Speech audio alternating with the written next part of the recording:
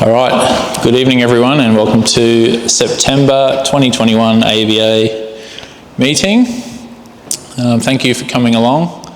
There is a few new people here tonight, so we'll just do the housekeeping. Just as per the COVID plan, just make sure you've checked in. I'm sure Simone's got most of you signed in now. The toilet's just down the hallway, and we do, as you can see, live stream video record this on my YouTube, JD, Solar and EV. And if you want to become a member, you can sign up on the national website. Let's go. Tonight is actually the AGM for AEVA Queensland. So what we're going to do is give a report, the Treasurer, Secretary and Chair report, and then we're going to dissolve the positions and have a vote for the positions. And then we'll get on with the rest of the meeting. So if Les can skip to the agenda quickly. I'll just run through that and then we'll get started. Okay, that one. Okay, so I'll only do a brief infrastructure update because I did a long one last time, and then we'll go through the events that we've just had and the planning of the future events. Then Sebastian is going to give us a chat about his autonomous vehicle technology that he's been doing with the Renault Zoe. Nathan's going to give us his movement segment. I believe we've got, who's speaking about this, Graham? Are you speaking about it? And then we've got Bernard going to speak about the Evoque motorbike. So lots to fill in, and I'll try and keep the AGM thing as quick as possible because it's boring anyway. And outside we've got the van as well, so lots and lots going on. All right, let's go. So just flick 2 screens, mate. The Chair report. So just in this, I want to quickly go through what we've done in the last 12 months. From my perspective, it feels really good, feels really positive about the direction that we're travelling. On the Facebook group, it's a very active group, and Queensland AEVA branch, and in the last 12 months, we've had a 66% growth. I don't know how that compares to other Facebook pages, but I constantly have to accept people trying to get into the group, so that does seem like a positive. So yeah, nearly 2,000 members there. The membership itself is pretty stable because of the event that we're holding. We've had a nice little bump in the business memberships. That's gone from 11 last year to 26. The individuals pretty much the same, plus I took on looking after the Ballina, northern New South Wales from Ballina up as part of the Queensland numbers, so we're nearly at 200, so that's not too bad. I'm talking with a couple of AEVA members in and around Queensland about having a branch in Toowoomba and in Townsville, so that's early days, and I was speaking to the Townsville guy today, so looking to do that over the next 12 months. Well, we've produced the shirts, which I thought obviously was well received. There's only me wearing one.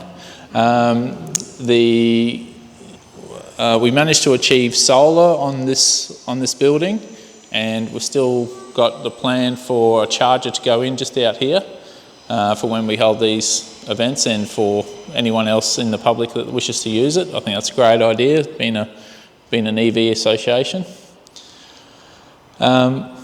We've held 11 hall meetings plus the Christmas party, so that's one every month, which is, I mean, that's pretty obvious to most of you. But on top of that, we held 8 EV catch-up events.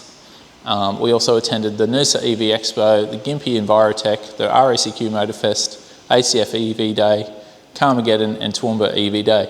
Now, I just put that on there because in a summary of what we actually do across the year, it does maybe fade away from memory about how much we actually get involved in, but we do a lot of stuff. So appreciate the help that everyone's put in across the year for those type of events, and I think we can just keep the momentum going, and I think the EV catch-ups in particular are pretty fun. People enjoy coming to those, even if they're not like 50 people every time, but people are coming at least, so I'm going to keep doing those. And we'll have a Christmas party in December again this year. And obviously, just one other note, and that's the effort that we've put in for the EV Experience Day, which is turning out to be what seems well organised and well attended from the EV community. So I'm really pleased with how that's going so far. So that's really it as far as the chairman's report. I think we're doing really well, and I might hand over to Secretary or Treasurer. Secretary. Here we go, Les. Thank you, Les. Oh, thanks. So this year's actually been different than previous years for Secretary. So previously I used to receive a lot of emails or phone calls, but with the Facebook group that seems to have almost disappeared. So I think I only received 3 emails in the last month and 1 phone call. So whereas previously I used to receive up to 10 a week, depending on what news headline had hit the paper or whatever it was that week. So yeah, so it's very different. Because we haven't been doing a lot of events because they were all cancelled, then I don't actually have a lot of information. So yeah, so the secretary role has been quite quiet this year. So that was it. There's hardly anything's happened. Hey, Simone. See, I can hear the kids already.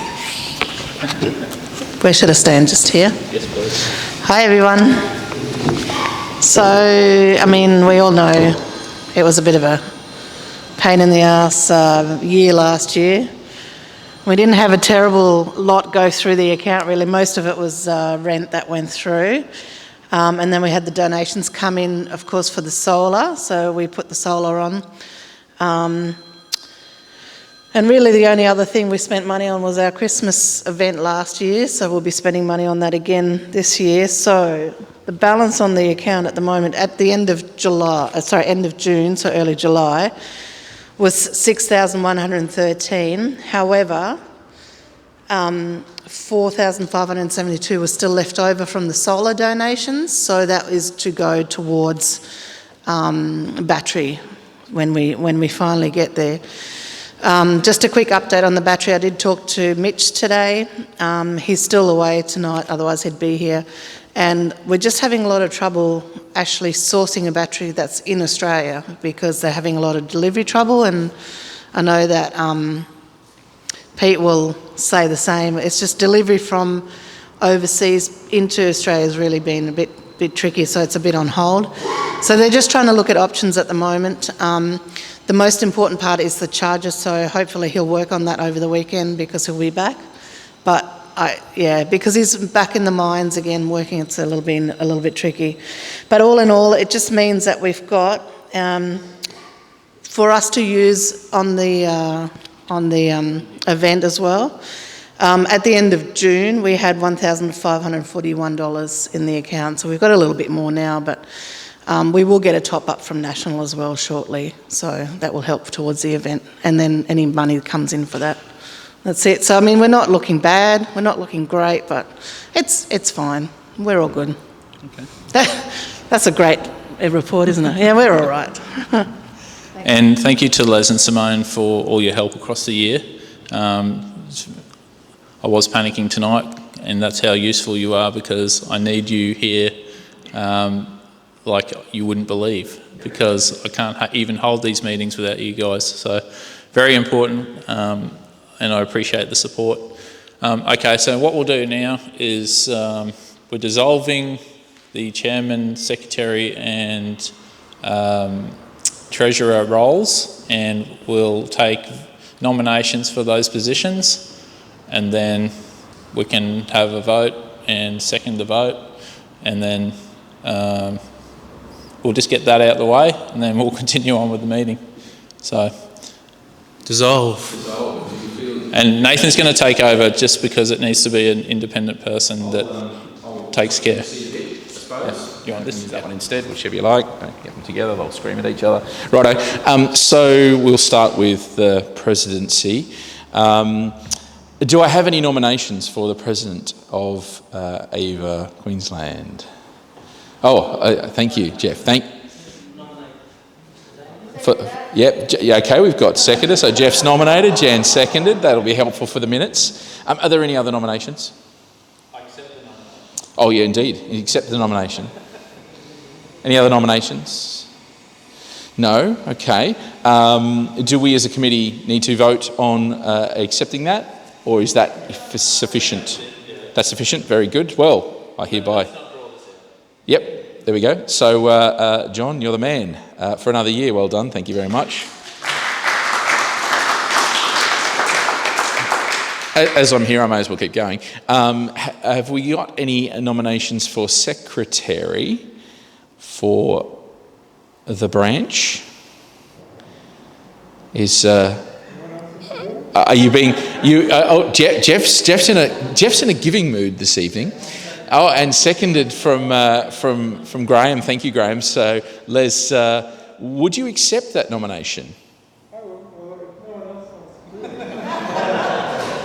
Yeah. It's not a hard job. Yeah, we do appreciate getting other people's points of view and doing it. Yep. But I'll do it again. Okay. So Les is going to accept that. That's wonderful. I do think there's an opportunity that over the next year we probably can try and find some support for the team, because it's almost, well, John's been around for a while, but you guys have been doing this for a while now. So excellent. We have a new, or a regained secretary.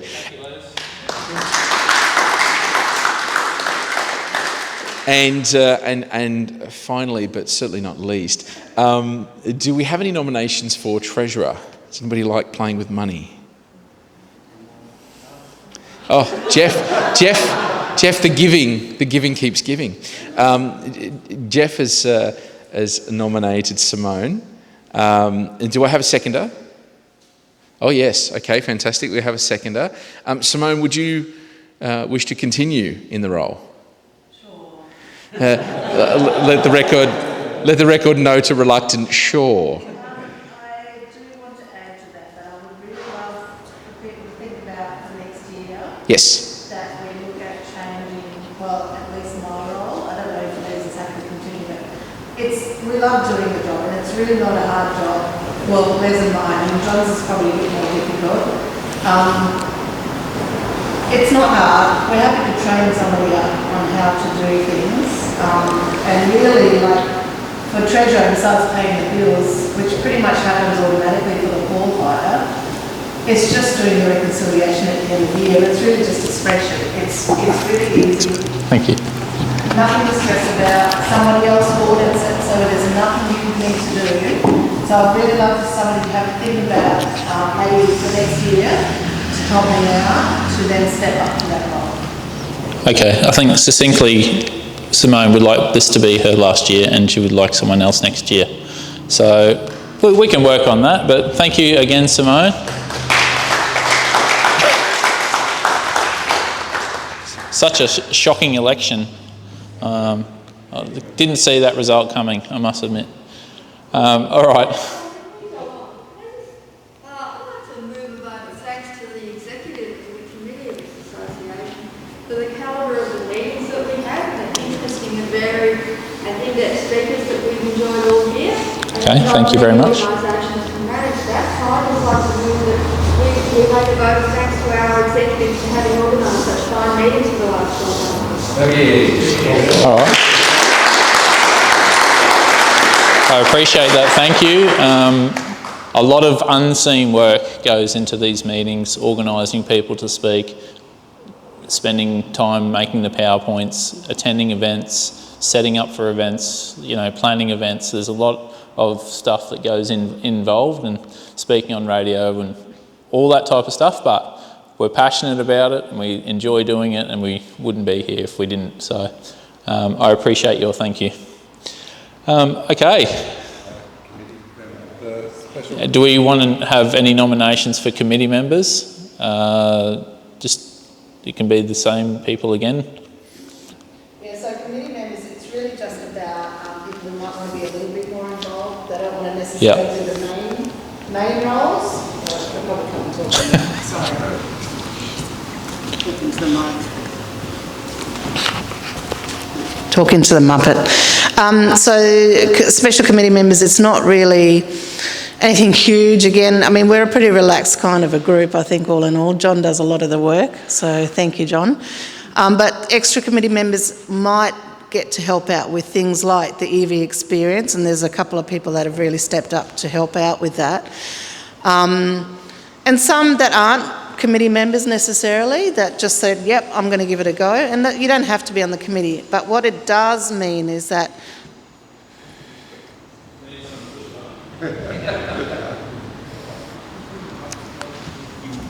Does this one... No. No, it was, but we've got to wait for the button.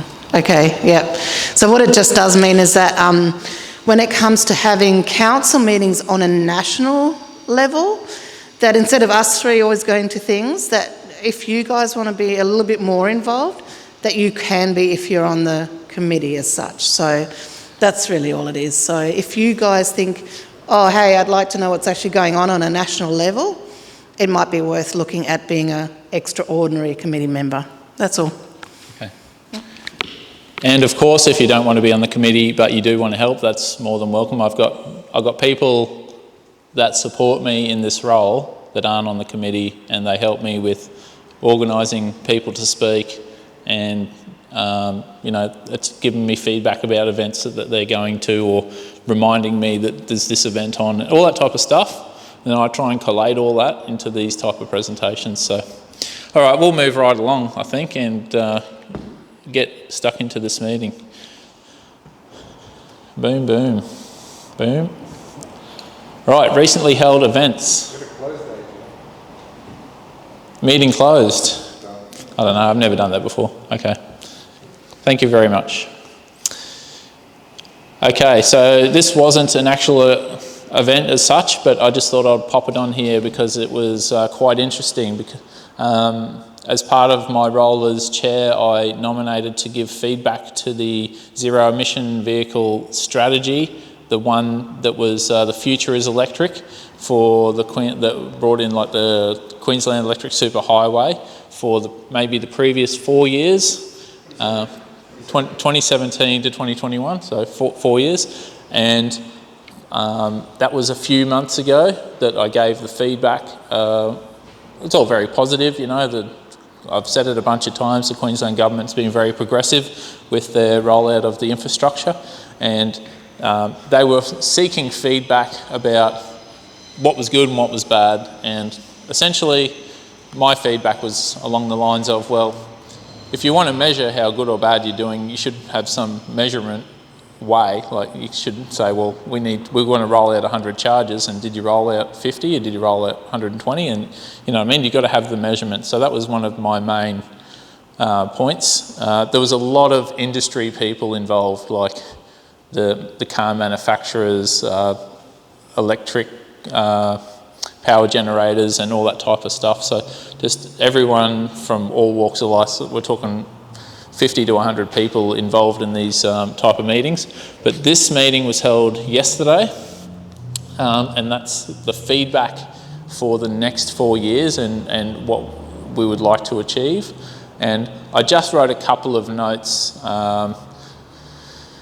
It was held at Parliament House, but it was also held online, and I was in between night shifts, so I just actually did the online thing, but these are just some of the notes. So the Minister Mark Bailey and Mick de Brinny, they both spoke, and then it essentially went into tell us what your ideas are for about an hour. So these are just some of the points. So we had but by 2025, I think I've recorded this right. It's right. That Brisbane is not going to have any buses that are diesel. No new buses, is it? No. Well, you know, what's the lifetime of a bus? 20 years. 20 years, okay. All right, so we will see the phase out of new diesel buses and by 2025, and that extends out to, so there's always these little caveats, you know what I mean? Like there's always new ones. So, but I mean, that will be great. I don't know if you've walked through the city anytime lately, but buses are a fair bit of noise pollution as they're, you know, whizzing by. So that's a good point. Mick de Brenny made a 4-point speech about that looking forward, these are the things that he sees that we should or that should be focused on, and that's that any new houses that are getting built, even if they don't get an EV charger built, that they should at least have some sort of planned EV charger cabling spot, yeah. So that if there is a need in another 5 or 10 years to put one in, like it's not a hassle. So I thought that was actually quite a good idea. The planning rules for larger complexes and schools and hospitals and shopping centres, that they would have the same charging infrastructure considerations. He made a point about the electricity grid, that if we have an expected amount of EVs by 2030 and they all charged at 7 kilowatts at the same time, it'd be a massive amount of electricity, obviously. He did give some numbers, but he said, well, and if we actually only charge 10% of those cars at 7 kilowatts, then we'd be using more electricity than we do actually at the peak of summer now. So I'm not entirely sure that's how we're going to do electricity in 9 years' time. So things will come out with battery technology, and I think this amount of renewables that will come online people will want to charge during the day and probably won't charge at 7 kilowatts overnight, but yeah, we'll see.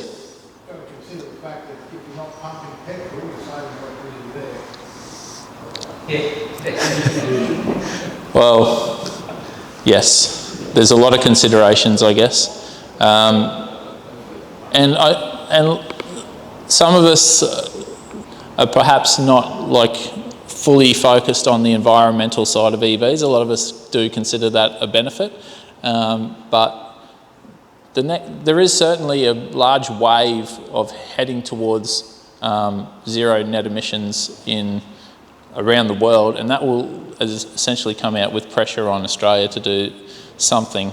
And I think the Queensland government at least already there was enough talk about it in this meeting from the Labor government that that's what we need to do. So while we're not getting it from the federal side of politics, I think there's enough strong environmental focus from the Queensland Labor Party at the moment that will push us down that path anyway. And the supply of electricity was another consideration about perhaps we do daytime charging tariffs that give very cheap electricity for people to charge when the sun's shining, essentially. So there were 4 main things. Then it kind of went into open slather. Anyone who wanted to make a comment could. And these topics at the bottom, incentives, the federal government signalling about EVs, removing barriers for importing EVs that weren't on the market, like the taxation side of things there that would essentially make EVs cheap to come into Australia. Improving infrastructure, which I've spoken about at length. Training mechanics to reskill for EVs. I think there is actually new, like Certificate 3 and 4 modules that are getting put into the mechanic training course now that lets you do light EV and heavy EV. So that's coming online right now actually, and creating performance indicators to measure the success of the strategy. So yeah, anyway, that was a little bit about the meeting, and it's all very positive, and I think we're heading in the right direction at least. Is that the extent of what they're intending to do, or does the selection of it? That's essentially what it was a bunch of government, a department in the government that was taking all feedback from all angles, essentially. But that was what the minister made a point about. So that's not the only stuff. You got to remember that minister's interested in energy, not Yeah. transport, so that's not Yeah. mainly with the transport. Yeah. There's a whole bunch of stuff. But, you know, like the stuff about e-bikes and, you know, all that type of stuff. So just not enough for me to give, you know, a long definition about here. So next slide, thanks, mate. What strategy was going to be released?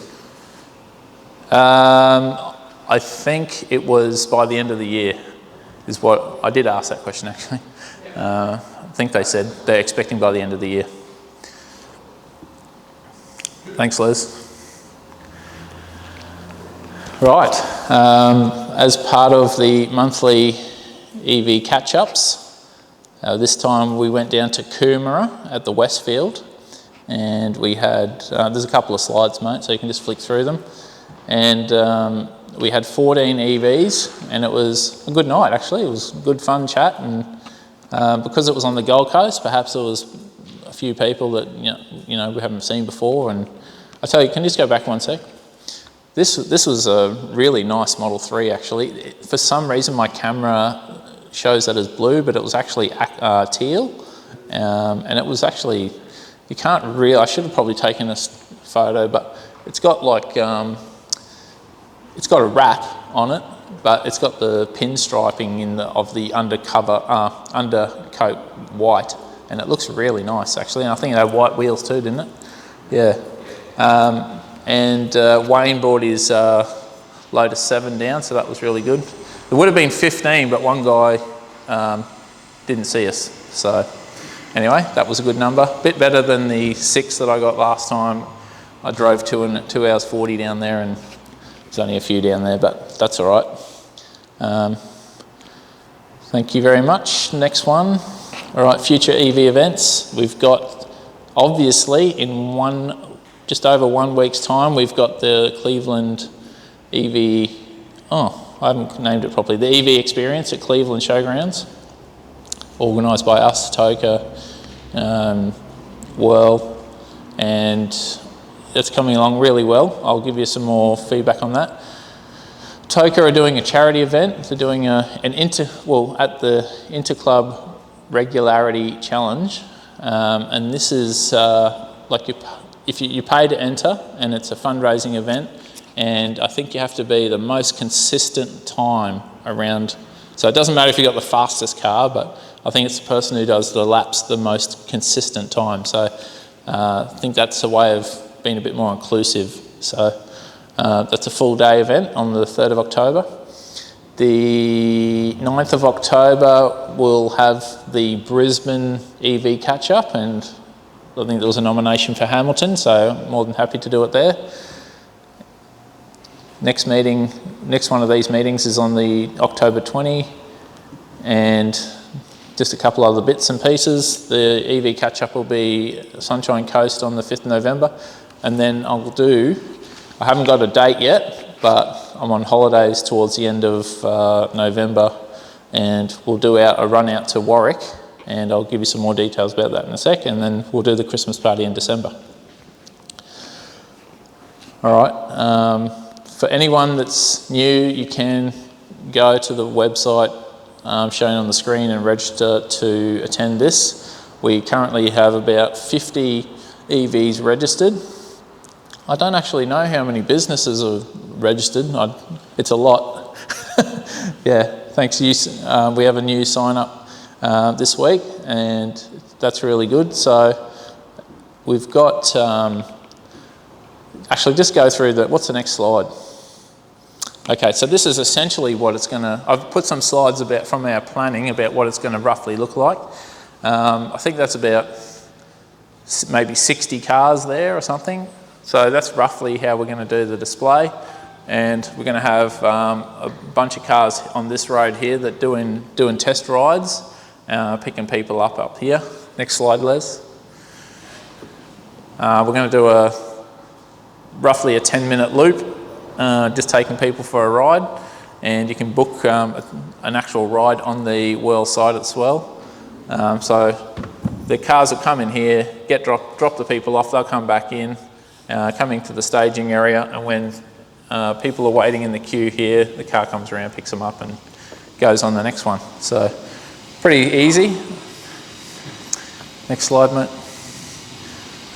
This is the grounds itself. So this is just a zoomed out view. This undercover area here is where we're going to have all the stalls, and we're going to actually have Wolfgang and his bikes and scooters and stuff set up over here, and they can go off on that big track for a nice decent ride because it's hundreds of metres long, and we're just going to let people cut loose on that, because if you want to buy a bike, you probably want to give it a reasonable test ride, right, rather than just 20 metres or something like that. So yeah, we thought that'd be a good idea. And just in here is this is like a touch football club, and this is where the what's it called?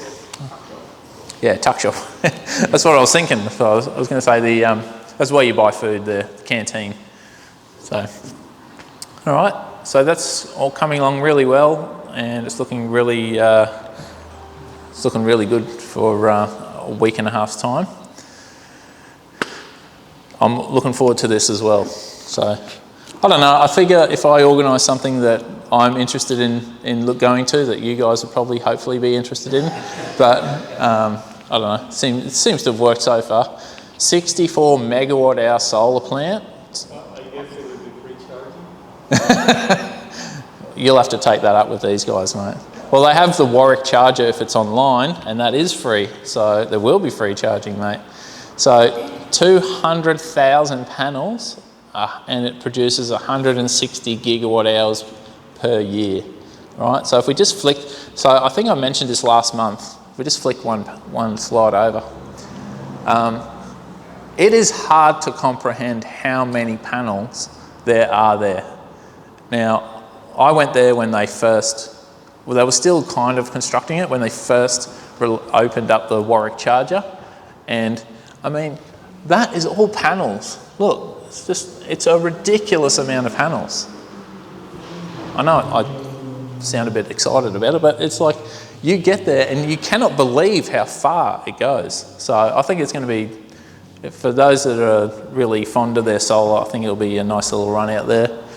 A bit of a day out, maybe an early start, so we're not out till 6 p.m, but that'll be good fun. Sometime late November for all those that want to come. Righto. Updates to EV infrastructure.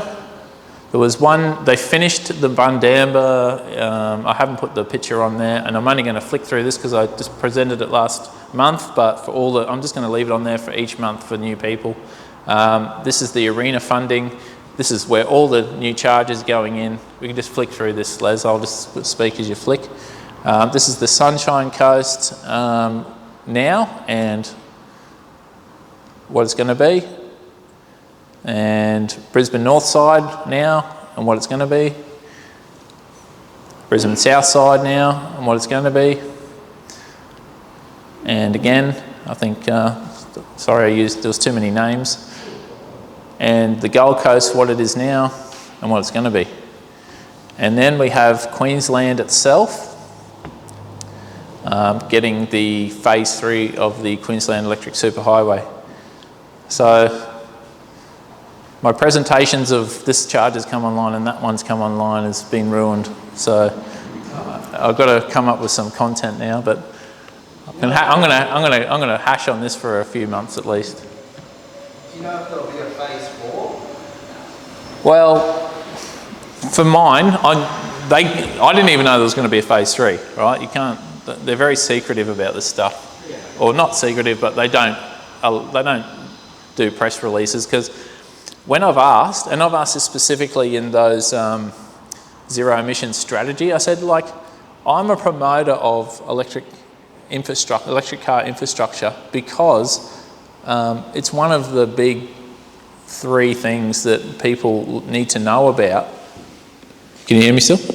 One of the big 3 things that people want to know about in order to buy an electric car is charging infrastructure. So I always try to promote it, and probably ad nauseum for you guys.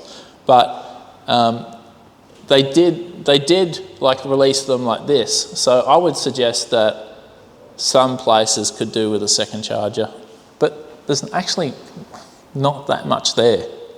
So if you've seen anything on your feeds or online about the Western Australian chargers all around the coast, they look like that as well.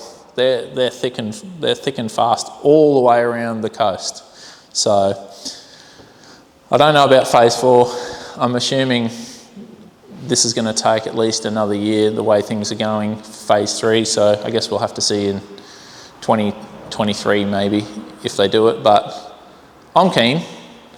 But I mean, modern EVs can travel a reasonable gap. But that seems to be a bit iffy if you're travelling at 100 kilometres an hour because your consumption is high. All right, so, and especially if you're at an entry point for an EV where it's more like 30,000, 40,000, 50,000, in that bracket there, you're still only really seeing 250 to 350 kilometre cars. So that just won't make it, I can tell you right now. So you'll have to be stopping overnight when you're doing a long distance trip like that at caravan parks and charging overnight. You know what would be interesting is to put all the petrol stations. Yeah, because I've got time for that, mate. Petrol station, there's probably someone's already done it. Yes. Yeah. Like, if this charges offline, I think you're in a spot of bother, right? So, I mean, they tend to have AC backup and that, but anyway, you've heard me talk about this stuff before, so we'll move on. And I think that is it from me. Into the interesting part of the night now, which is the speakers, and we've got Sebastian who's going to come up and give us a talk. Now, I met Sebastian at the Carmageddon event, and he had his Renault Zoe there, all fitted out with cameras, LiDAR. You got LiDAR on top, don't you?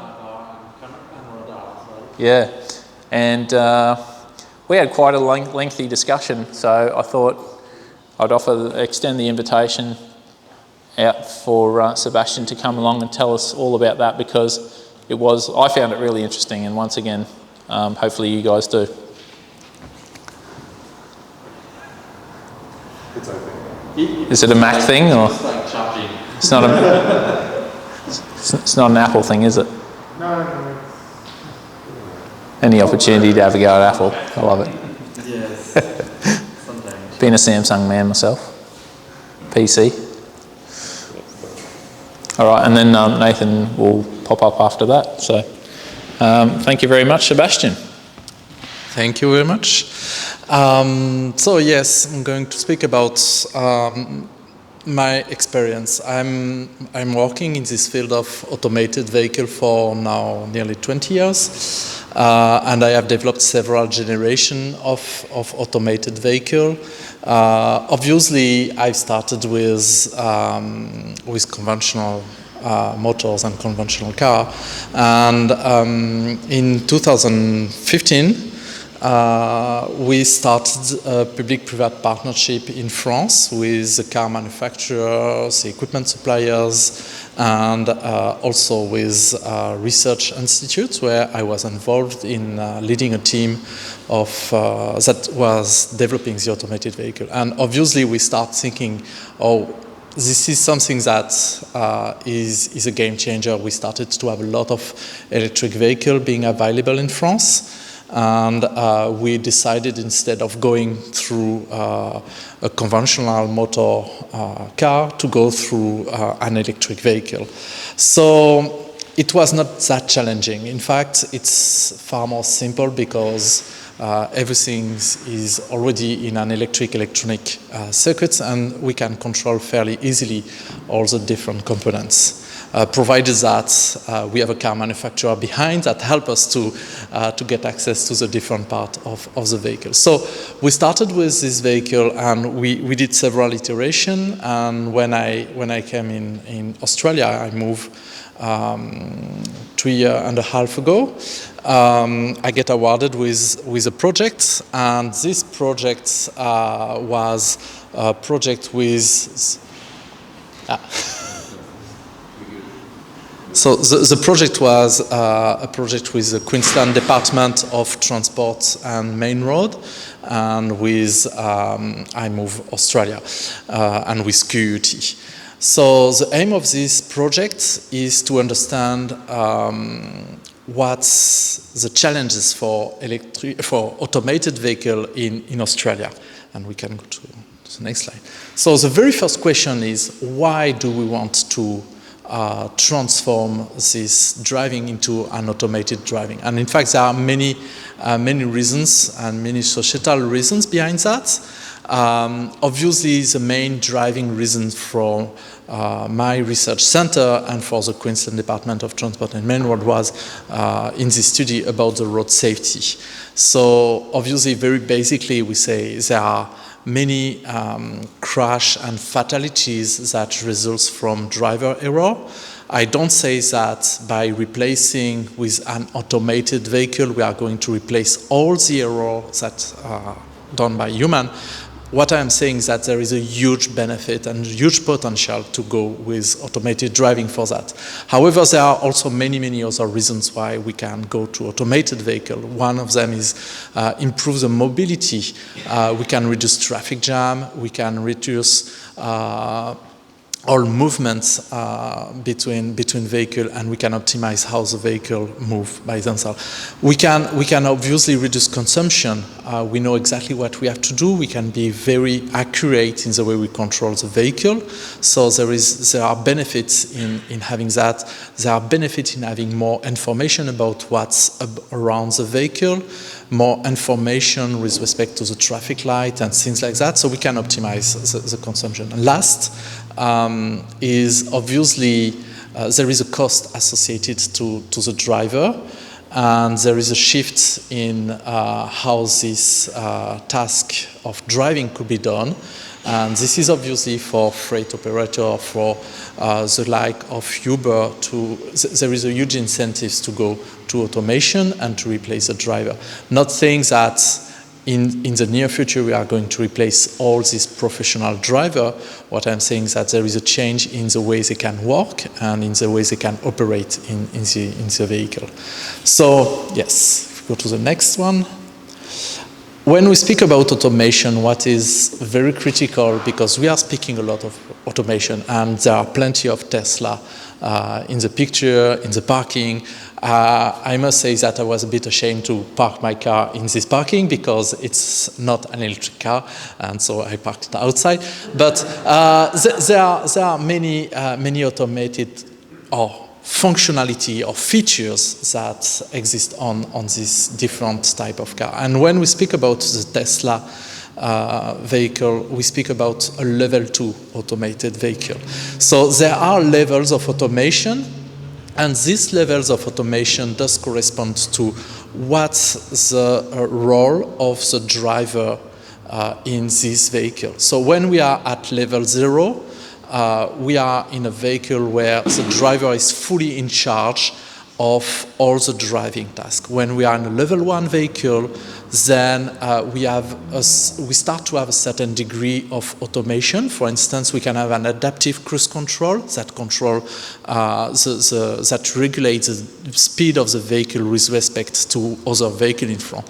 When we are in a level 2 vehicle, and it's the state of the art at the moment of commercial car, then in this level usually you have an automation that control both the speed and the steering of the vehicle. However, the driver has to be fully aware about what happened, and the driver by himself or herself has to take the control if they are seeing any error in the driving. There is a huge gap when we go from level 2 to level 3, because at level 3 we say that the automation reaches a certain degree of maturity, and at this degree the automation is able to understand how it performs and to say to the driver, please take over the control and re-enter in the driving task sufficiently in advance. Okay, when we go at level 4, it's where the real autonomy of a car starts. There are no commercial automated vehicle at this level. At this level, you as a driver should be allowed to perform any other non-driving task while the vehicle is driving. You won't have to monitor what happens in the environment, and if there is a problem in the driving task, the vehicle should take the control, should understand this problem, and be able to safely stop the vehicle or bring the vehicle to a safe situation. It can still ask the driver to come back in the driving task, but it can't solve the problem by itself. Then the difference between the level 4 and the level 5 is the place where the automation happens. In level 4, it's in a limited environment, in a limited space. In level 5, it's everywhere. So at level 5, you don't even need to have a steering wheel in your vehicle. You can just have your phone and say to the vehicle, I want to go to this destination, and the vehicle brings you to the destination. It's a very futuristic view, but it's what we can have. So if we go to the next slide, at the moment what we have is what experts are seeking is that there will be certainly a mix of level in the driving. So for instance, going out of your house could be done in an automated mode, in a fully automated mode. You could be outside of your vehicle and summon your vehicle, and it will come close to you. Then you will drive by yourself when it's in a residential area. As soon as you reach a motorway, then you can trigger the automation and do another task. When you get close to the city center, the system will ask you to come over in the driving task, to take over the control, and to drive in the city. When you arrive close to your destination, you will jump out of your car and your car will go parking by itself. So there are many, many mix of manual driving support provided to the driver and automation being done. And yes, everything that I explain is in a Society of Automotive Engineering standard, and there was a huge debate about this level for many, many years in order to understand how to formalize them and how to provide them in a good framework. So if we go to the next one. So I was speaking that we are delivering this project with the Queensland Department, with the Queensland Government, with iMove CRC and QUT, with the support also of Motor Accident Insurance Commission, in order to understand how this automated vehicle will fit in Australian environment. So we have many different projects. We are looking at how driver will operate this vehicle, and we just finished, we finished it in April, very long data collection that happened on the Mount Cotton Era Secure Mobility Center of Excellence, where we had 72 participants from the public that were driving sort of, I would say, operating the system, being seated in the driver's seat for a very long time. So they were sort of driving for 30 minutes, and we were looking at how they react to the automation and to the demand of the automation. The second one is about the CITS infrastructure. So there are already experiments and deployments of infrastructure that are able to communicate with vehicles. There was a huge pilot in Ipswich. And we are looking at how we can use this data in order to improve the way that the vehicle behave, the automated vehicle behave. We end up with a very nice situation because under this project, under this Work Package 2 project with the Cooperative and Intelligent Transport System, we started by looking at roadworks events. And we did an experiment which was very successful. The day we did the experiment is the day where Waymo had this issue going into a roadwork area. You can have a look at the video. They made a lot of buzz about that. There was a huge failure, and using the communication we can overcome the system limitation. The next one is about the Australian specific environment, and it's really understanding how this vehicle will react to specific use cases that doesn't appear overseas. So we focus on 3 different scenarios at the moment. The first one is understanding how this vehicle will see and understand what road trains are. The second is about road infrastructures that are specific to Australia. And the third one is about wildlife and how the automated vehicle will see wildlife. It was quite funny because you just show the map of how the EV infrastructure, EV charging infrastructure is deployed. In order to do some data collection with that, we went to Charleville. So the Renault Zoe has quite a good range, but not the range that allows us to go to Charleville. And we had to tow the vehicle in order to do our experiment around Charleville because there were no recharging facility on the way, and we will have to wait a very, very long time. Last week we were at Dolby. And yes, this is far easier to go to Dolby with this electric vehicle. We have plenty of recharge facilities on the way. The last one is about the public awareness. So we are delivering a lot of display demonstration. We did one when the vehicle arrived in Schiller Park, and we did the second one quite more recently in Ipswich, where the vehicle was in automated mode on public road with all the traffic. So if we go to the next one, we can, so it's a video, but we can go very quickly to the second part.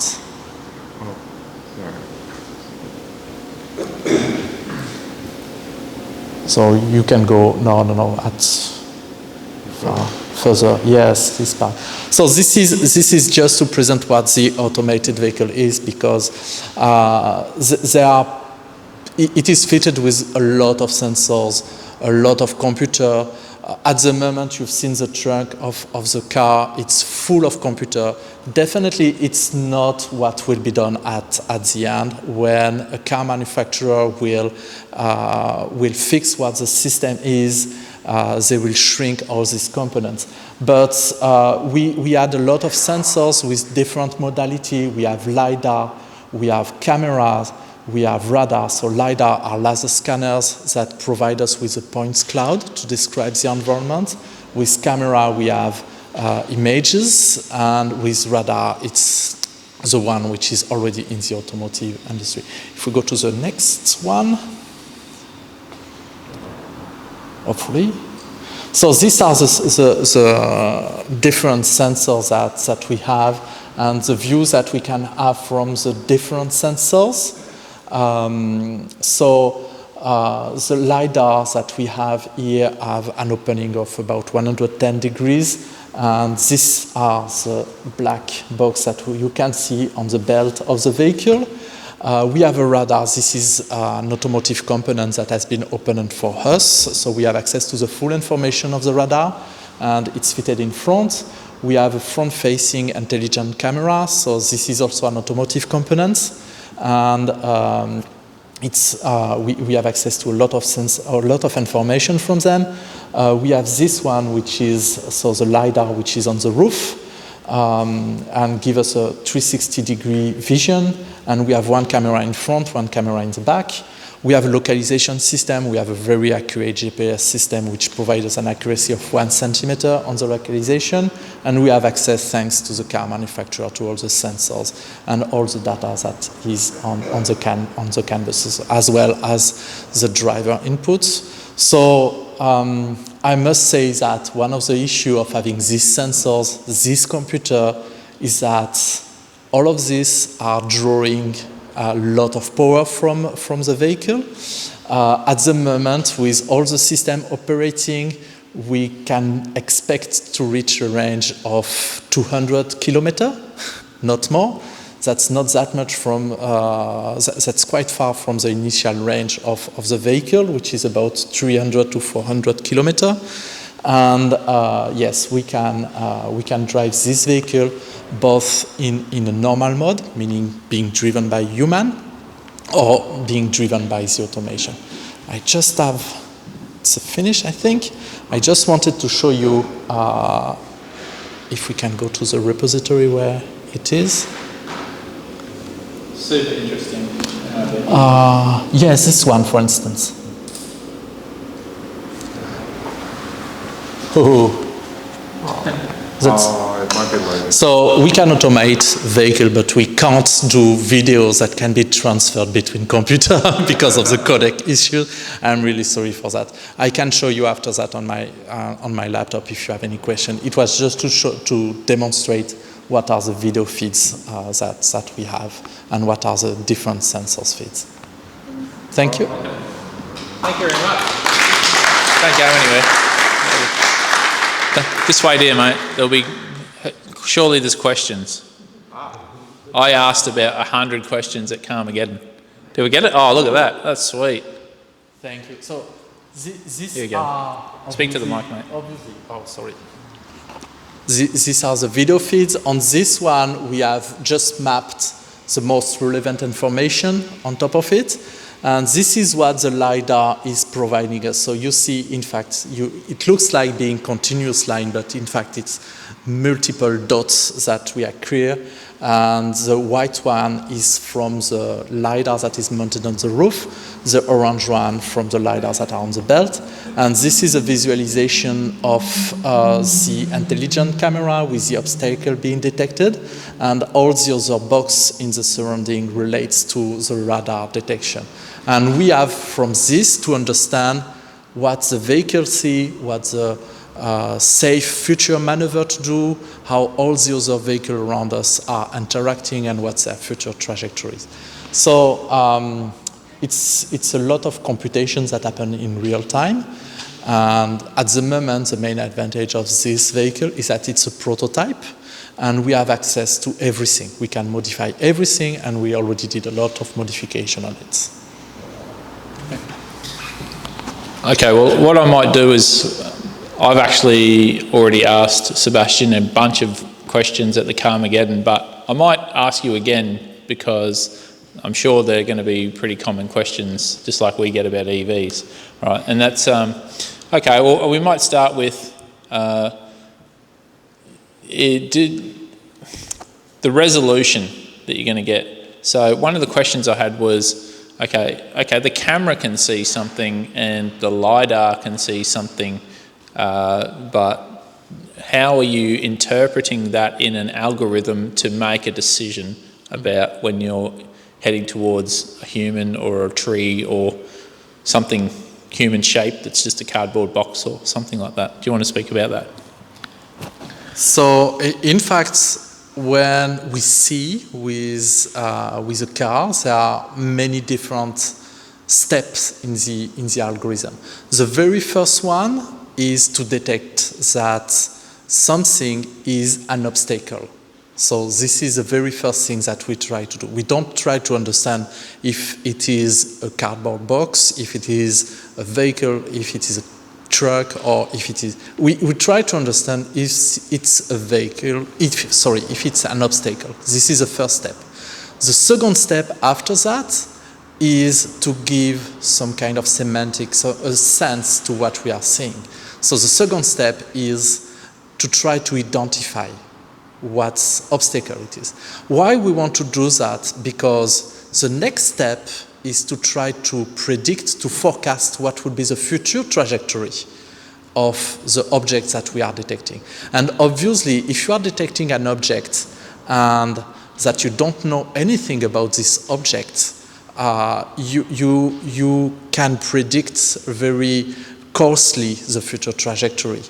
If you know that this object is a car, It's, for instance, very unlikely, it may happen, but usually not that much, that the vehicle drive laterally. It will mostly go in longitudinal direction. So you can learn this kind of behavior depending on what you observe and what you see in your environment. When you know that you have an obstacle, that this obstacle is a car and that it is likely to go into that direction, and that you know also what your infrastructure is, where your lane is, then you can start thinking, what will be the next maneuvers that I'm going to do? Do I stay in my lane? Do I change to the left or right lane? What I have to do in the future? And from that, you can little by little predict what will be your future maneuver and then your future trajectory. So there are a lot of steps and it needs to be redundant. It's because of that, what we have in the vehicle, we have 3 different types of sensing in front of the vehicle. We have the radar, we have the camera, and we have the LiDAR. So we have 3 different ways of sensing the environment in order to provide a redundancy and to be more robust in the detection process. One of the reasons I actually got into electric vehicles was a video that predicted that from a MIT professor that essentially we, in the not too distant future, we're just going to be Ubering everywhere on transport as a service, and we'll just be seeing Model 3s just driving all over town, and they'll just be running autonomously without drivers, and you just get on your phone, say, pick me up from the Albion Peace Centre, take me back to Redcliffe. It would cost 1/10 of the price of a taxi, and it would have a massive disruption. But when I went to Carmageddon and spoke to Sebastian, he was a dampener on the likelihood of that occurring anytime soon. So do we have any idea at all about when something like this can occur? So the problem is that there are many barriers, not only technical barriers, but there are also regulatory issues to have this deployment of vehicles. We have acceptance of the society, of the community. And so it's very difficult. What is very likely from the automotive industry is that we may have a kind of scaled deployment. We may have parts of the driving where it will be more easier for the vehicle to drive in an automated mode. For instance, the motorway is a place where it's very regulated. Usually the infrastructure is very well maintained, and it's far more easy for an automated software, an automated driving system to understand what happened and to predict what will be the future. You have less pedestrian. When you have pedestrian on a motorway, usually you have other problems to deal with. So yes, there will be places and domain where the automation will happen first, and little by little it will go. But there are so many barriers, and this is a technology that is becoming more and more disruptive. So maybe we can have in the next month someone who will make a breakthrough discovery about that. I don't know. Really, I don't know. Okay. We've got a question over here. Just Yeah, I have a question. nice and loud into the mic, mate. Yeah, incredibly interesting, Sebastian. On that question you asked, so I don't know your name. John. John? Yeah. I've been reading for probably the last 2 decades about a competition that happens in the Arizona desert. And I haven't probably read anything about it in the last 5 years or so. And it is a competition I'm sure you're very well aware of it, where they have a course marked out and it's $1 million prize or whatever it is to get a car to go around the course. Where are they up to on that? I think you mean the DARPA challenge. It was the DARPA challenge. It's a challenge that was organized by the US government. It fell again. It was organized by the US government and mostly by the defense in order to promote this technology. So there was a first challenge where the car has to drive in a predefined environment, but I mean outside of everything that could relate to a town or things like that. It was a very countryside environment.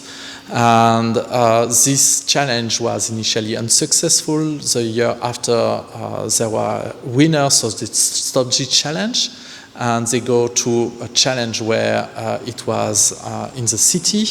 There were winners on this challenge, and now they evolve. There are many different things that they wanted, but it's a challenge, and I think as they see this challenge being won, they go to another thing. So the challenge that happened with the DARPA has evolved. Now they are focused on robots, walking robots, rather than cars. So it exists, but it has not. One thing that is interesting is that there is an autonomous motor car racing events that happen, and there are many universities that are competing in that space. It started in Germany and in the US, but now it's quite widespread, and you have Australian universities that are competing in that field as well. Okay, we actually do have Nathan and Graham, and we're going to chat about the bike too, still to come. So I might just do one other question, and we normally break after the presentations and then hang around and have a social chat. So we might just take one more. I'm just mindful of the time.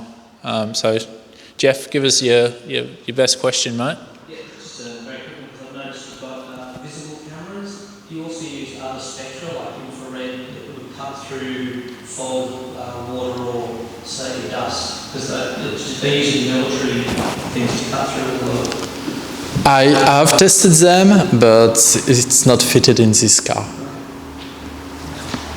Oh, that was very succinct. All right, well, thank you very much. I'm sure we're all going to hit Sebastian up after this because there's like a million awesome questions. Thank you very much.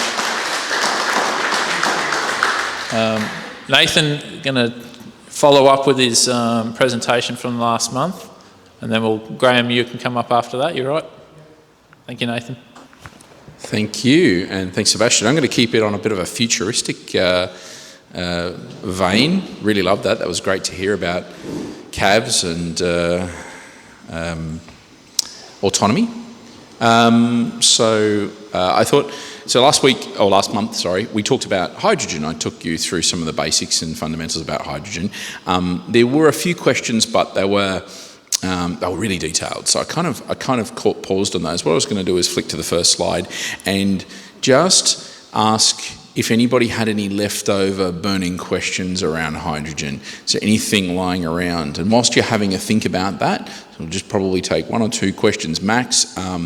But just to say that this is the Queensland Government's Nexo, hydrogen Nexo from Hyundai, and it is going to be at our event next week. So that's pretty cool. For test drives, indeed, test rides. Has anybody got any questions on hydrogen following on from last month or otherwise? Otherwise, I'm going to switch straight into what happened in Munich in the last week and a half or two about all of the new cars that have been launched into the world. Grab the little blue box and give us a hydrogen question. If you take petrol, diesel, whatever technology, and then electric vehicle technology, there's quite a jump between, let's say, from infrastructure and everything else. If you're going to have, the world going that way, is the difference between hydrogen and electric vehicles much closer, or is it a completely diverse infrastructure again? I'll do my best to answer that in a 30 to 60 second kind of approach. It's almost in between the two in some ways. A hydrogen fuel cell vehicle, I'm talking about fuel cell, not combusted hydrogen, but a fuel cell vehicle, is basically an electric vehicle with a small battery, a large tank, and a fuel cell. And the electricity is generated from the hydrogen that's being stored in the tank through the fuel cell. Electricity goes into battery, and battery then into motors and other things. So that's probably, it's probably more like an electric vehicle than it is an ICE vehicle, given that there's no exhaust pipe, say, for instance, and stuff like that. Really, there is an exhaust pipe, but it doesn't count. It's not really turfing out the right stuff. The typical pollutants that we see, it's just water. But from a user point of view, it's probably a lot more analogous to fuel, to liquid fuels, in that you can't make it at home. You have to go somewhere for it.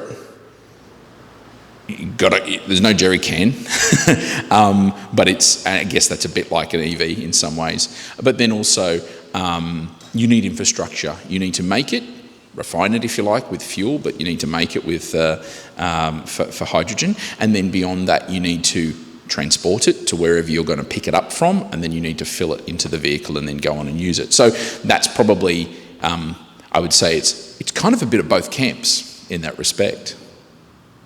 Good question, though. Great question. Any other quick questions on hydrogen? I've got one up the back there. And then, so I'll get you to pass the blue box up the back and you can catch it because that's what it's designed to do. Yes. Well, thank you. Green hydrogen is made now, I believe, in fresh water. Very, very pure water, yes. Very pure water, so you can't just use salt water unless you You've got to desalinate it first. That's more power. So people say, well, just use water. Oh, great, but water's quite a scarcity in Australia. Any idea how much fresh water is needed to, let's say, fill the tank? So, does that make sense? Yeah, absolutely. So one needs in the order of 9 litres of water to make 1 kilo of hydrogen. 1 kilo of hydrogen will make a Mirai go about 100 kilometres. So those kind of numbers, and it's about 9, you can almost use 10, so basically a 10 to 1 to 100 kind of ratio. But a 9 to 1 is broadly the number. And different electrolysis will, vary from that, but that's a rule of thumb number, I think, if you can use that. So then take that on and say, okay, well, 100 Ks is going to cost you 9 litres of pure water, and the energy that's required as well. And so, you're starting to get into those considerations about where is the water going to come from. And so if one is then going to say, okay, we're going to make hydrogen from a surplus solar, that surplus solar is often in our regional areas, and those regional areas aren't always got a lot of water, but that doesn't mean that problem can't be solved. And I suspect those people who are in the demand supply space are likely to have to overcome that. It's a great question as well, and it was actually one of the questions from last week I was going to answer. So spot on. I will move on in the interest of time. I wanted to take you through about 5 or 6 slides just to tell you about what's going on at the ERR, the International Automotive. I can't remember the last word. Anyway, basically it's usually in Frankfurt. I've been to it many, many times. It's the big motor show in Germany. This year, for the first time, they've moved it to Munich. And it's usually a space for the weird and wonderful from all manufacturers around the world. So this year, it was a very, very big EV flavour. And I wanted to take you through some of the concept cars and some of the deliverable cars that are coming from some of the major manufacturers. Most of them are super expensive, but it's really interesting to see where some of the major manufacturers are going in delivering that. So everything from platforms by Magna, I reckon Magna is who makes the I-Pace, that they'll start to make a lot of platforms for a lot of manufacturers. This really cool Siemens bike, love that. Francesco, love that over the back there. And I don't even know what this thing is, but it's crazy and it's kind of like a flying car. I don't know how electric it is, but anyway, crazy, wonderful stuff. Let's move to the next slide and talk about the real cars. So just a few little flavours of what's going on out there. So Polestar brought out a kind of like a Model S kind of competitor, a bigger car, large platform. It's got a bit of an Aston look to it. So that's pretty cool. The BMW i Vision, I'll go up to the right-hand side. It's it's a car that's been, it's a circular economy car. It's made completely of recyclables or recycles, which is really cool. I think that's pretty fine. And something that's pretty exciting here is smart. They've kind of gone away and come back again. And you'll see a little bit of a theme with urban cars going on with some of these. The new Smart Concept 1, which is a cool little city car, and it'll be great to see Smart bring out some cool cars. Remembering Smart is a Mercedes-Benz company, so we'll see that. Again, some concepts, so like an Audi A8 kind of sized vehicle, the Grand Sphere. For anybody who loves a G-Wagon, this is what your future looks like. So a Mercedes-Benz EQG, and pretty much what Mercedes-Benz are doing is put the EQ letters in front of anything that they would normally build, and that's the electric version of an EQS.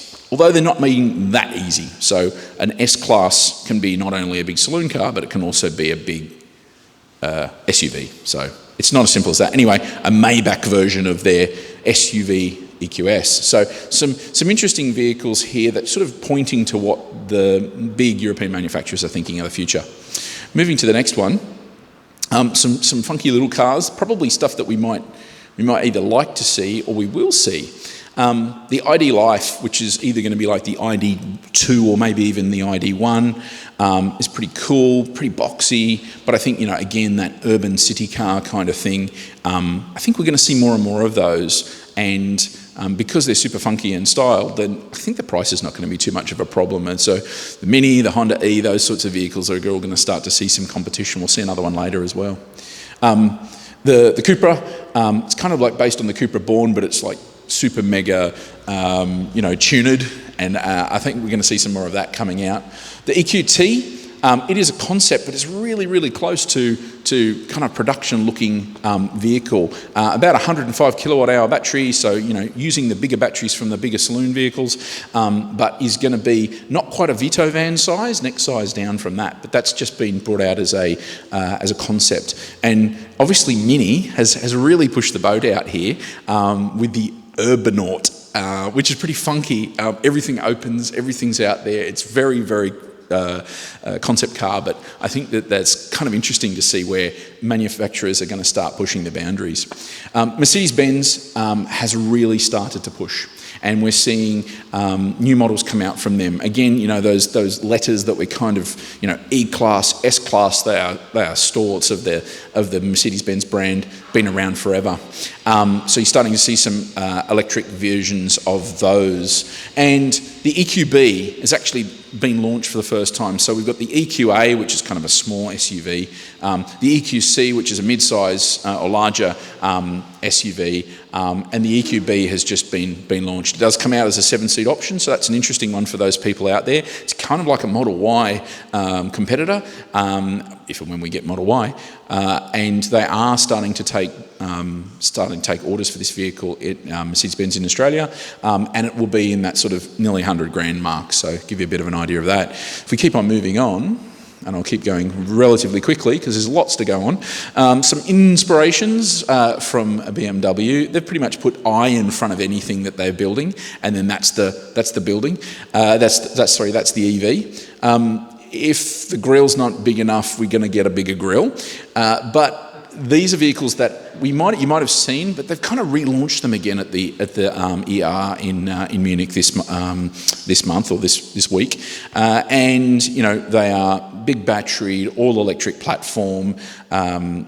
Basically trying to it's kind of all electric setup, but with a bit of a shared platform to some of their ICE vehicle friends. But one thing I did find really interesting is that BMW seems to be the only manufacturer in Europe, really, that's hanging on to hydrogen. Hydrogen is seemingly a Japanese and Korean thing. Toyota, Hyundai, and the very first hydrogen car, really, that was of any note, was the 7 Series made by BMW, and they're still doing that. So it's interesting to watch this space. Moving on, some cool French cars from Renault. It's a darn shame we've lost the Zoe. You can only get a Kangoo electric in Australia today, but Renault have always been great at electric cars in the recent years, and there's some really cool stuff. So again, city car idea over here. The Renault 5, it is a concept, but it's pretty much ready to go, and I think that's very, very cool. And the Megane with a big E, is based on a Nissan Ariya, which we've seen come out over the last little while. And so there's a platform share from a different nameplate. I suspect that car will be, you know, if Renault bring it to Australia, which would be delightful if they could, it's a good sort of medium-sized crossover slash, you know, hatchback, you know, call it 60, 70K, you know, a proper alternative to a vehicle for any of us in the future. So let's hope we see that. What else have we got?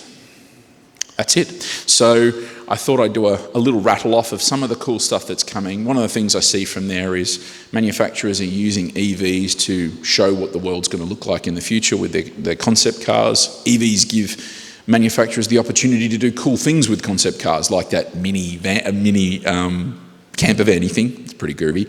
And what we see also is some real vehicles coming out to market. The only question is, will we see them here in Australia?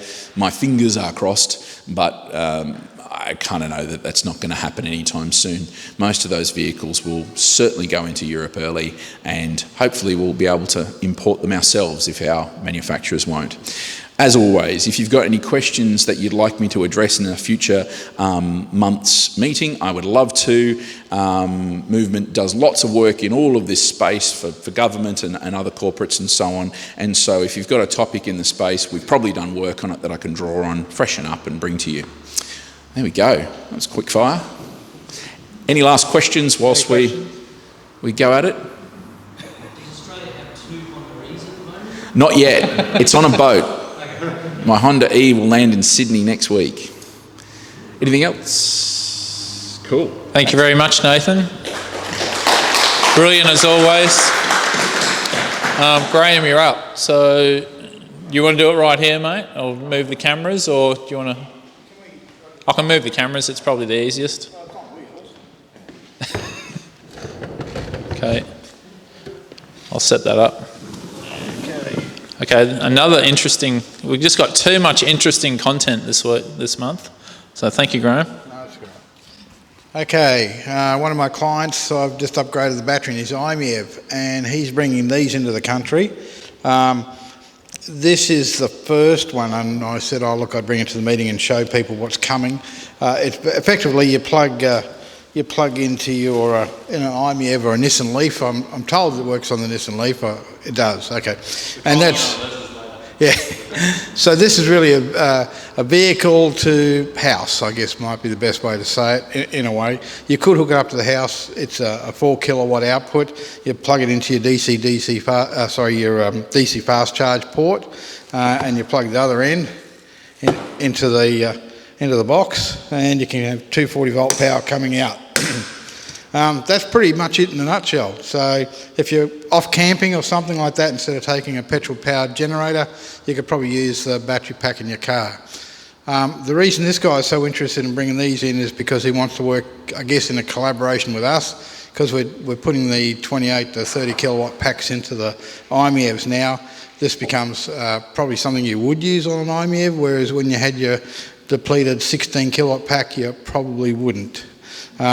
The next version of this, the next version up, will actually have a Chatamo output. So you could park your AEVA next to a mate who's run low on power, use this box to help charge his car up on a DC fast charge. That sounds pretty cool. Not sure of the price yet, they're still working on that, and they're still getting this approved so we can use it here. There's some electrical certification that still has to be carried out, but apparently it's certified in other countries that have got tighter scrutiny than ours. So you've imported this? I haven't. My client has. I've done an upgrade on his car, and he wants to market these things to people where I've upgraded their packs. already started working on the Nissan Leaf upgrade packs, like 40 plus kilowatts for the early Nissan Leafs, and that's another area where this would come in pretty handy for some people who might want to use it. There may be even bigger versions where it'll actually plug into your house, but at this stage this is what's available. This here, which is just a straight 240 volt out, that's just a parking bay for the nozzle. But on the upgraded version that will also charge other cars, that's actually an outlet, a Chatamo outlet at this stage. CCS, they're talking about it. It's not really something they've got just yet. So they're just starting off, I think, with the easier cars to do the vehicle to grid. Well, they've already got them inbuilt, so yeah, it's a bit easier with the Chatamo. Yeah. The CCS. The Nissans and the... Yeah, oh yeah, that's right. They left the factory with the ability to do that, apparently. Yeah. So it's not my line of expertise. It's something that Francesco and I have talked about. Maybe we should do something like this ourselves. But look, I don't know. I don't really want to reinvent the wheel. So yeah. And no idea on price, eh? Yeah, look. Give us a number, Graham. He mentioned a number, and I think it's obscene. But anyway, so I won't say obscene. It's a lot of money. He's talking somewhere up a ticket price about $8,000, but I think that's going to have to come down. I think the market for this thing is more like the sub 4. That's my personal opinion. I think it'll get there.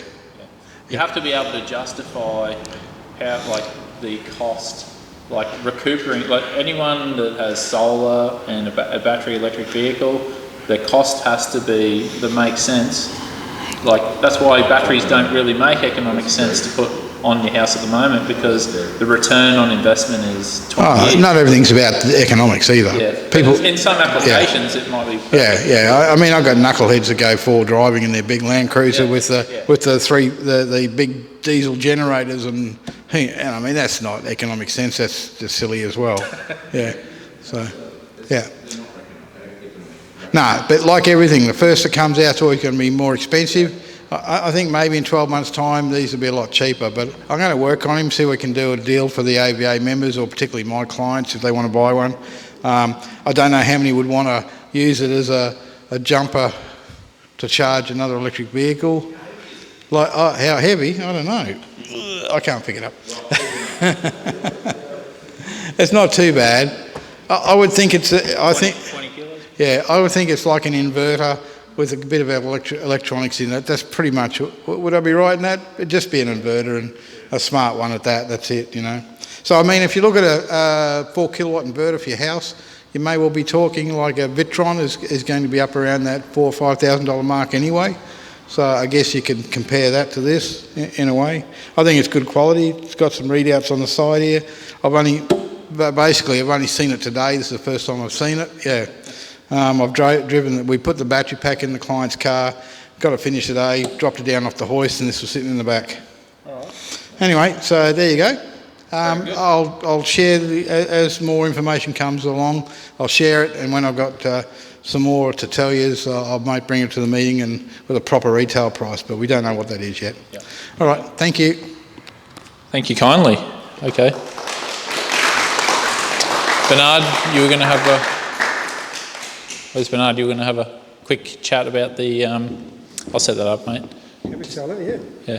Just Bernard's brought his bike along. So. Hello, gentlemen. How are you going? Look, I've been riding since I was 15 or something years of age, and then ridden a lot of bikes. And last year this Evoque came out on the market, and I thought I'd change. Prior to that I was riding a little Suzuki GS500F. Now I do about 20 kilometres to work and home from work every day, so it's about a 40 kilometre trip. Now the bike is about 15k to buy. It's only a 9 kilowatt battery pack, so it's not going to be a interstate tourer, and it's certainly not going to be a bike you'd want to go thrashing through the hills on a Sunday afternoon on. It's a dead-set commuting motorbike, okay? It moves along quite quickly. You'll be surprised how it seems to start slow, but suddenly you're doing 90 clicks. And I know that because Mr. Policeman's caught me. So, and I said to him, I couldn't be doing that. The downside of the electric bike, by the way, is that you get no feedback to you that you normally get when you ride a motorbike. You know what gear you're in, you've got engine RPM, you've got a bit of vibration coming through. The thing's as quiet as a mouse. There's certainly nothing on it. What's good about the bike, it's made in China and it's been on the road for a couple of years. There's only about 10 of them in Australia. What's good about the bike is its handling. It sits on the road beautifully, it's terribly confident driving into corners. You've got no fear or worry about where you are on the road. It doesn't track or wobble or move, okay? What's not so good about it is some of the finishing parts that don't come out of the Chinese factory. The blinker switch is a bit of a dicky thing. I've got to replace that. You never quite know whether it's on or off. The mirrors don't stick out really far enough so that you always look at your shoulders. You've got to go like this to try and see what's behind you. But in terms of commuting as a commuting bike, it is absolutely stunningly good. And you'll find that you can drift into the traffic and just drift through it without worrying about changing gears and moving around with the speed of the traffic. It took me a little while to get used to doing nothing with this hand because you're so used to pulling the clutch in and out and change gears with your lever that suddenly you've got nothing to do with it, okay? Because all I've got is one throttle and a brake. It does do regenerative braking. It's a hub drive, so there's no sprockets or no belts to run with it. So it's incredibly simple. It's virtually zero maintenance on the bike to start with. And I don't know where to go from here. It runs really beautifully in the traffic. What range has it got? I can do 40k a day. They tell you it'll do 200k, but that's nonsense, okay? I do 10 kilometres pretty much over the Gateway Bridge in the traffic, 100k. Then I do roughly 10 kilometres down Sandgate Road through 60k traffic. I'll get 3 days, which is about 120k if I do it correctly. Okay, that's about as much you'll get out of it, okay? You certainly wouldn't get any more. You'll never get 200k out of it. And they say you get 140k mix. It's not going to do that either. But for anybody who's driving around, wanting a bike in the traffic, honestly, I'd recommend it. 15k, not as fast or as neat as a Zero, and it's not as cost the lightning as the Harley bike, and that's about 45k, 50k to get on the road. So I just thought I'd bring it in and show you. Charging $240. It's just a straight plug in a 10 amp socket. 9.5 kilowatt amps, that's right, something like that. It's about 3 hours to charge. I don't know what it costs to charge, but it doesn't. I just plug it in at night time. Okay. 60 cents probably. Well, I don't know. The little Suzuki didn't take much in petrol. It was about $30 a fortnight in fuel. So this is not going to save me a lot of money on it, but I would have the principle. Have we got a question there? Yeah. Go ahead, box. Okay, here. You mentioned the benefit. You said that it handles really well. It does. And you obviously got a lot of experience on motorbikes, so very little. Why is that? Is that because I think it's two things. I think the weight is down low, okay, but also the actual frame is really rigid. If you look at the front end of the chassis of it, the yoke and the cradle at the front of it is really strong. No, it's just that the battery's square. It's just, you can have a look at it, just a square battery that sits in it, and the framework itself is very heavy. Also, because the engine is in the rear wheel, you don't have any that movement on the swing arm. Doesn't have to relate to a drive mechanism. So it really does sit on the road well. It surprised me. Yep. Launch it. Yeah, launch it. Oh, nice. Rugby days. So on that, we've got a hub motor on the rear. That's right. Therefore there's a likely, and you can tell me if this is true, to have a greater amount of unsprung mass. That's correct. Yeah. The arm is heavier, the wheel is heavier, and so generally in vehicles that have a high unsprung mass, it's a bit rougher. It's a bit less. Look, you would agree with that, because if you're on a bitumen road which has got a little bit of flap in it through the truck wheels, you'll find that the back end will go a little bit like that wobble, and that's accentuated rather than just being on a normal bike, which will absorb that through the system. But I don't think it makes a real difference to the performance of the handling of the bike. As I said, it's not a bike you're going to go racing around on a Sunday afternoon on. It'll do its 130k, but it's not going to do 200 clicks. Yeah. Sorry about that, is that all right? Absolutely, mate. Yeah, go for Can I it. do wheel stands? I'm sorry? Did you do a wheel stand? Absolutely. I'm sure you might know that. Absolutely no way. That's why you got pulled over by the policeman. No, I wouldn't pass the score. I used to ride an RD 350 and a long time ago, and I used to be able to wrap that through and do a wheel. Lift the wheel up for the first, second and third gear if you hit it properly. But on this thing, no way. You can beat most cars though, just quietly. The other thing you'll notice about the bike, which I haven't mentioned, it's got two modes. It's got a city mode and a pro mode. I don't know why they've got a city mode. It's just a waste of time. If you could configure it to start in the pro mode, you would. Okay. Okay. Yes, Gav? Because it does more than 50 kg in the motorcycle licence? Oh yes, it's a genuine motorbike. It's not a trike or a scooter. You used to have 2 levels, I think. Originally, is it 250cc is 1 level motorcycle licence? I don't know. That's just when you're on your learners. Yeah, that's right. Yeah. I think you can drive. Yeah, you have unrestricted motor. LAMS, LAMS. That Okay. allows you to go over 250. I'm pretty sure. That's even more than that now. If it's a LAMS registered bike, which is what you can ride when you're on your P plates, on a learners or P plates. Yeah. Okay, and that's more to do with performance more so than the engine size. So how do they work out the reg?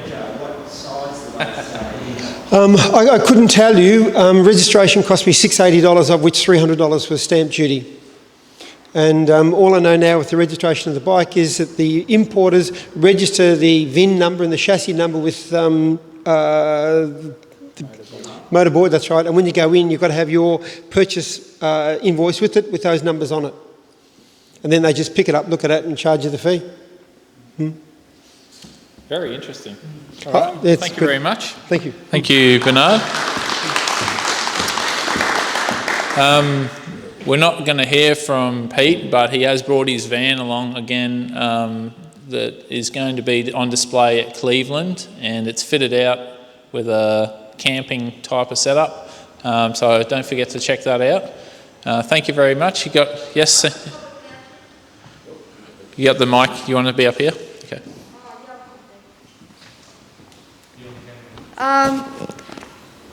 People might have seen the email I put on the list today about the photo shoot that Solar Citizens is doing on Sunday in Maruka. Ellen wants to get some EVs together, especially young families, for publicity photos for the Charge Ahead campaign. So if you can make it, come and see me and I'll give you the details later on. And yeah, it was on the list today. And while I've got the floor, might I ask that when you're parking outside, that you think about the grass and think about the dirt and think about the park. Thank you. All right, thank you, Jan. Yes, Simone? Jeff brought some lemons that are in the box over there. Anyone who wants lemons? Thank you. Yes, John? I've got some two type 1 adapters if anybody wants some. Have you? You've got a DC fast charge one. You've got What, free ones? Okay.